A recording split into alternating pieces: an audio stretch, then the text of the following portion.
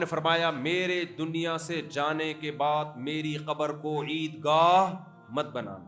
عید میں میلے ٹھیلے ہوتے ہیں کہ نہیں ہوتے؟ نبی نے فرمایا یہ نہیں کرنا. تو جب نبی کی قبر پہ میلہ لگانا حرام تو کسی بزرگ کی قبر پہ میلہ لگانا جائز ہوگا؟ کوئی نبی سے بڑھ کر بزرگ ہو سکتا ہے؟ فلانی قبر پہ آج عرس ہے، آج فلانی قبر پہ عرس ہے، آج فلانی قبر پہ عرس ہے، آج فلانی قبر پہ عرس ہے.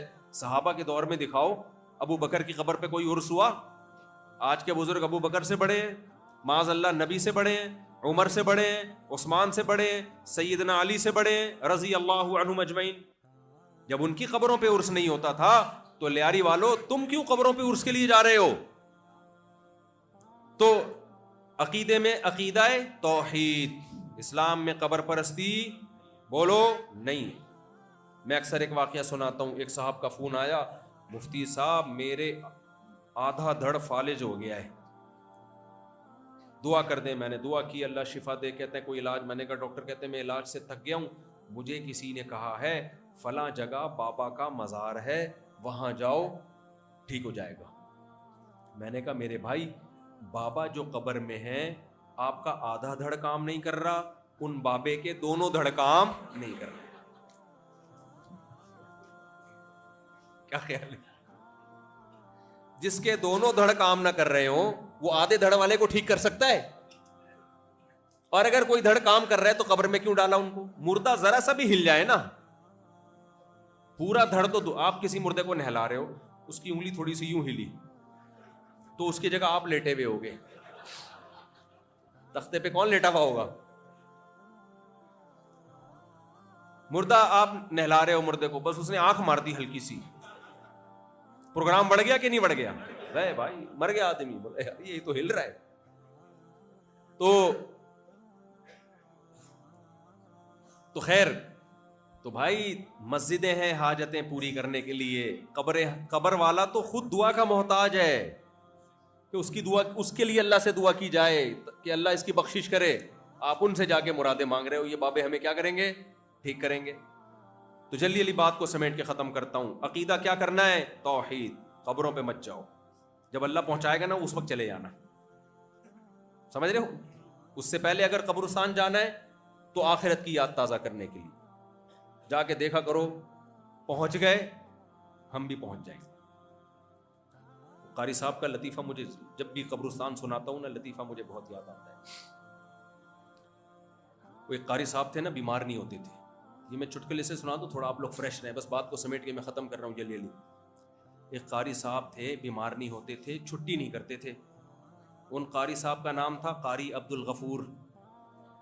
بچے ہوتے ہیں مدرسوں کے بڑے شرارتی. بچوں نے بولا قاری صاحب بیمار نہیں ہوتے، کوئی ایسا طریقہ اختیار کرو کہ بیمار ہو جائیں.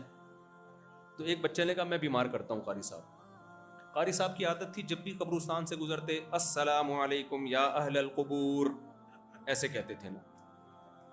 ایک بچہ قبر کے پیچھے چھپ کے لیٹ گیا. قاری صاحب گزرے السلام علیکم یا اہل القبور، بچے نے آواز ماری وعلیکم السلام بھائی عبد الغفور. قاری صاحب بے ہوش ہو کے گر گئے. قاری صاحب کیا ہو گئے؟ بے ہوش. بچے نے کہا ہو گیا کام.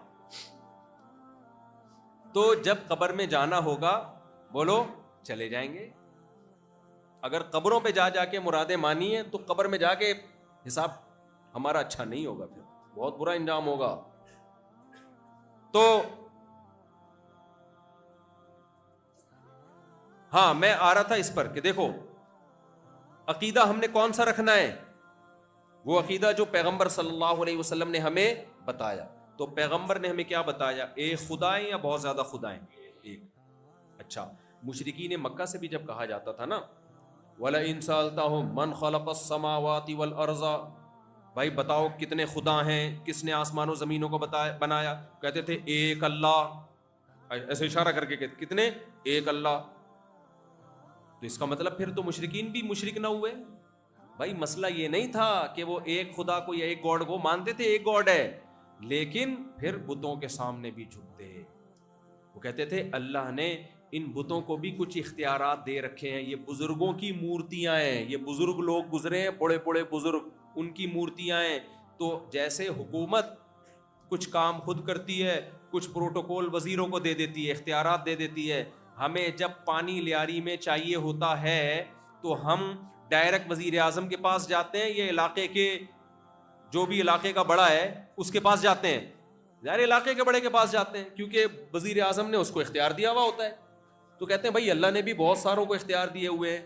تو اسلام جو توحید لے کر آیا ہے اس میں یہ بتایا ہے کہ نا نا نا نا نا, اللہ نے کسی کو کسی قسم کا اختیار نہیں دیا, سارے اختیارات کس کے پاس ہیں؟ اللہ کے پاس ہیں. لہذا وَمَن يَدْعُ مَعَ اللَّهِ إِلَٰهًا آخر إِيَّاكَ نَعْبُدُ, اے اللہ ہم صرف تیری عبادت کریں گے, وَإِيَّاكَ نَسْتَعِينُ, مدد صرف کس سے مانگیں گے؟ تجھ سے.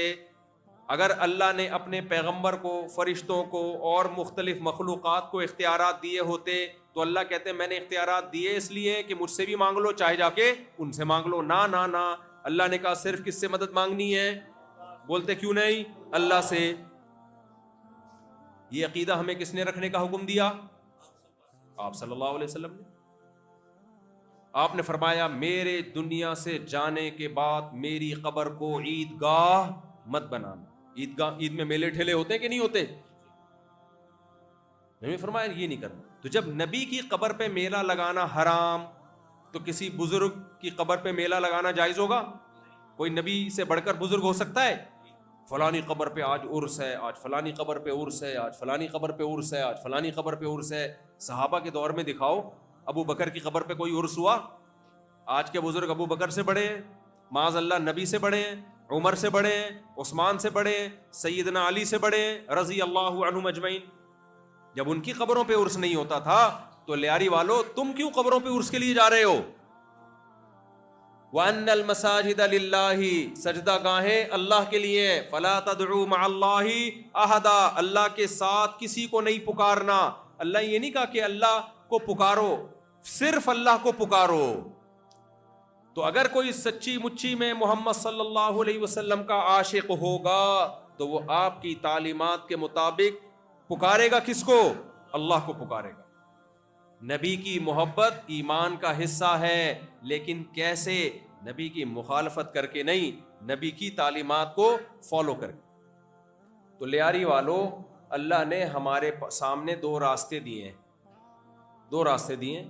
اللہ تعالیٰ قرآن مجید میں فرماتے ہیں وَهَدَيْنَاهُ النَّجْدَيْنِ.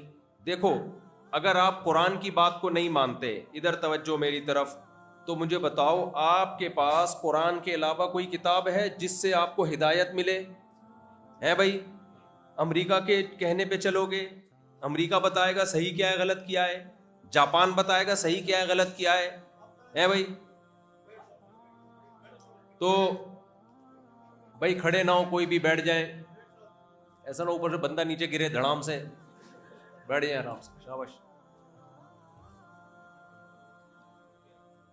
تمہیں کون بتائے گا صحیح کیا ہے غلط کیا ہے؟ جاپان والے بتائیں گے, امریکہ والے بتائیں گے, ہندو بتائیں گے صحیح کیا ہے غلط کیا ہے؟ بولتے کیوں نہیں؟ عیسائیوں سے پوچھو گے صحیح کیا ہے غلط کیا ہے, یا اپنے کلچر سے پوچھو گے؟ بھائی کلچر تو ہر قوم کا مختلف ہوتا ہے, ہر قوم کا کلچر دوسرے سے مختلف. یہ کیسے فیصلہ کریں گے یہ والا کلچر ٹھیک ہے یا یہ والا کلچر ٹھیک ہے؟ یہ کون فیصلہ کرے گا؟ تو اللہ تعالیٰ نے ہم پر یہ احسان کیا کہ اپنے حبیب صلی اللہ علیہ وسلم کو اللہ نے پیغمبر بنایا. اللہ نے کہا میں جو پیغام لیاری والوں کو دینا چاہتا ہوں وہ میں کس کے ذریعے دوں گا؟ محمد صلی اللہ علیہ وسلم کے ذریعے. جتنے پیغمبر محمد صلی اللہ علیہ وسلم سے پہلے آئے مخصوص قوموں کی طرف آئے, لیکن اللہ نے نبی صلی اللہ علیہ وسلم کو لیاری والوں کے لیے بھی بھیجا ہے. ہر قوم کا آدمی آپ پر ایمان لے کر آیا ہے. ہمارے نبی صلی اللہ علیہ وسلم عربی تھے, آپ پر ایمان لانے والوں میں سلمان فارسی رضی اللہ عنہ بھی تھے, حالانکہ وہ پرشین تھے. آپ پر ایمان لانے والوں میں حضرت بلال حبشی بھی تھے, تو آپ پر ایمان لانے والے بلال حبشی بھی تھے. اگر میرے بھائی محمد صلی اللہ علیہ وسلم مخصوص لوگوں کے پیغمبر ہوتے, قوم کے پیغمبر ہوتے, تو حضرت سلمان فارسی جو ایران کے تھے، صحابہ ان کو جنگ میں کمانڈر نہیں بناتے. آپ اپنی قومیت کی جنگ لڑتے ہو تو دوسری قوم کے آدمی کو لیڈر بنا سکتے ہو بھائی. دیکھو نبی صلی اللہ، جب ایران پہ حملہ ہوا ہے نا، اسلام کے لیے جب جہاد ہوا ہے، تو ایران پہ حملے کے لیے فارس سے لڑائی تھی، امیر بنایا صحابہ نے حضرت سلمان فارسی کو، جو ایرانی تھے، فارسی بان تھے. تو حضرت سلمان فارسی نے جتنے فارسی لوگ جن کے خلاف آپ نے لڑنا تھا ان کو دعوت دی. اسلام میں حکم ہے جہاد سے پہلے ان کو دعوت دو، ہو سکتا ہے بغیر جنگ کے ہی مسلمان ہو جائیں. تو حضرت سلمان فارسی رضی اللہ تعالی عنہ نے کیا دعوت دی؟ یا اہل فارس، اے فارسیو، انا رجل منکم، میں عربی نہیں ہوں، میں تمہاری قوم کا آدمی ہوں.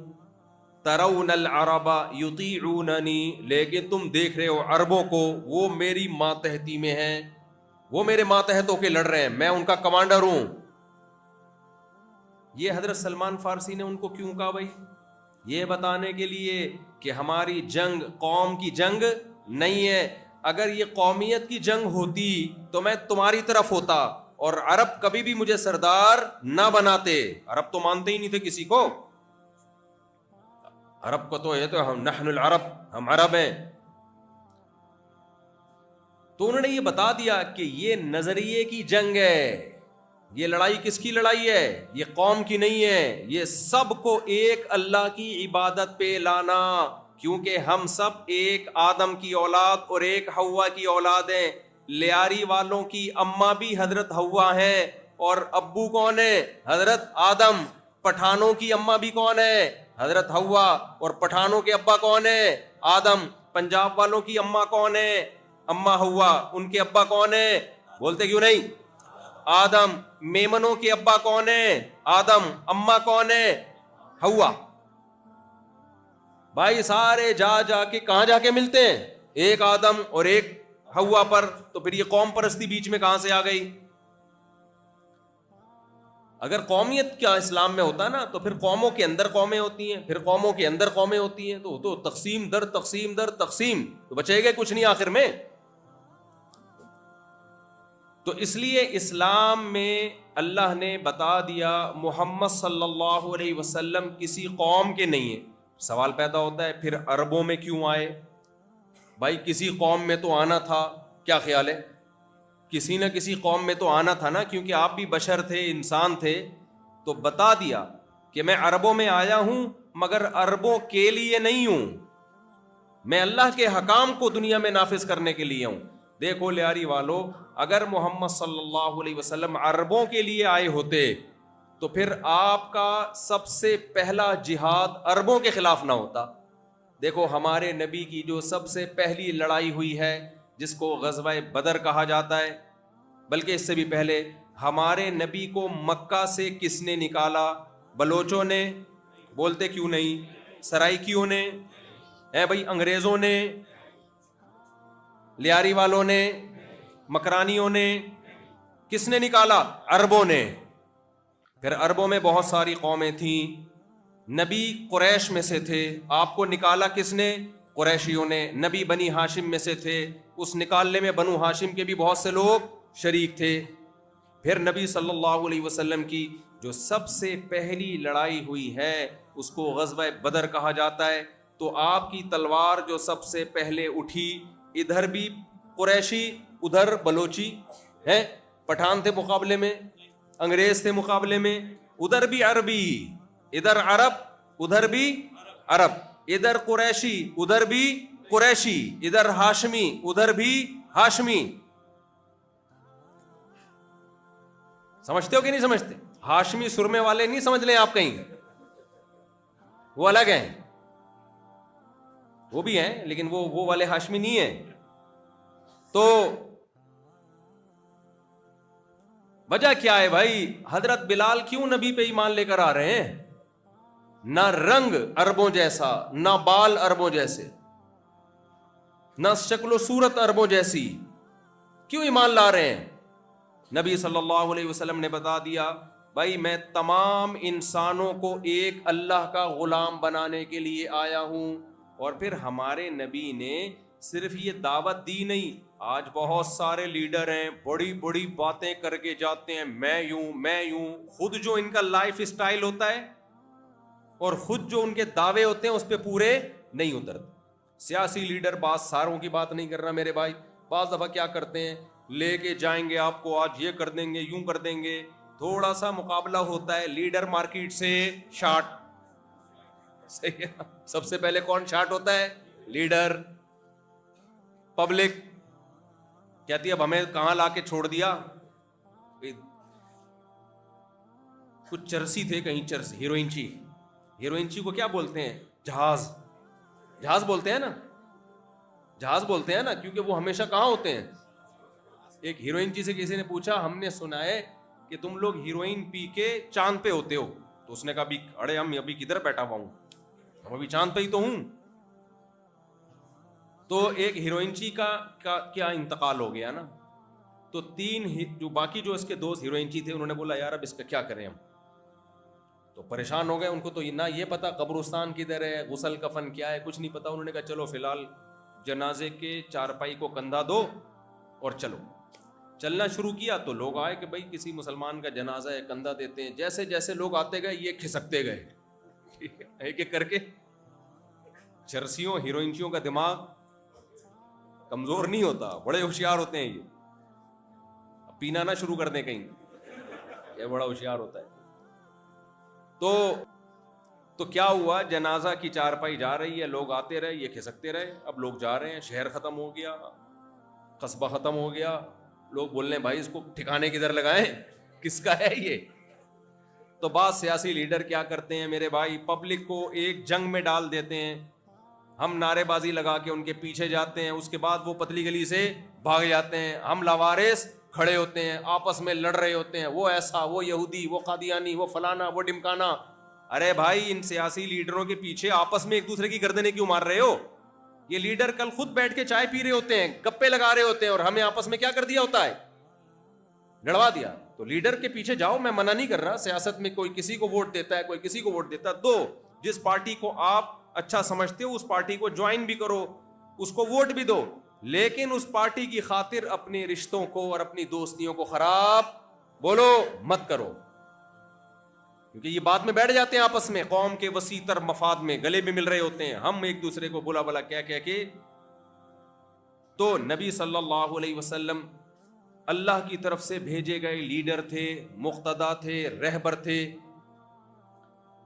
پیغمبروں کی دعوت کیا ہوتی ہے؟ ما اريد ان اخالفکم الی ما انہاکم عنہ, جو باتیں میں تم سے کہہ رہا ہوں میں خود اس کی مخالفت نہیں کروں گا. ہمارے نبی نے ہمیں جو آرڈر دیا خود اس پہ دگنا عمل کیا. ہمیں نبی نے آرڈر دیا رمضان کے روزے رکھو, اللہ کا حکم ہے. نبی نے شوال کے بھی رکھے, ایام 20 کے بھی رکھے, پیر جمعرات کے بھی رکھے.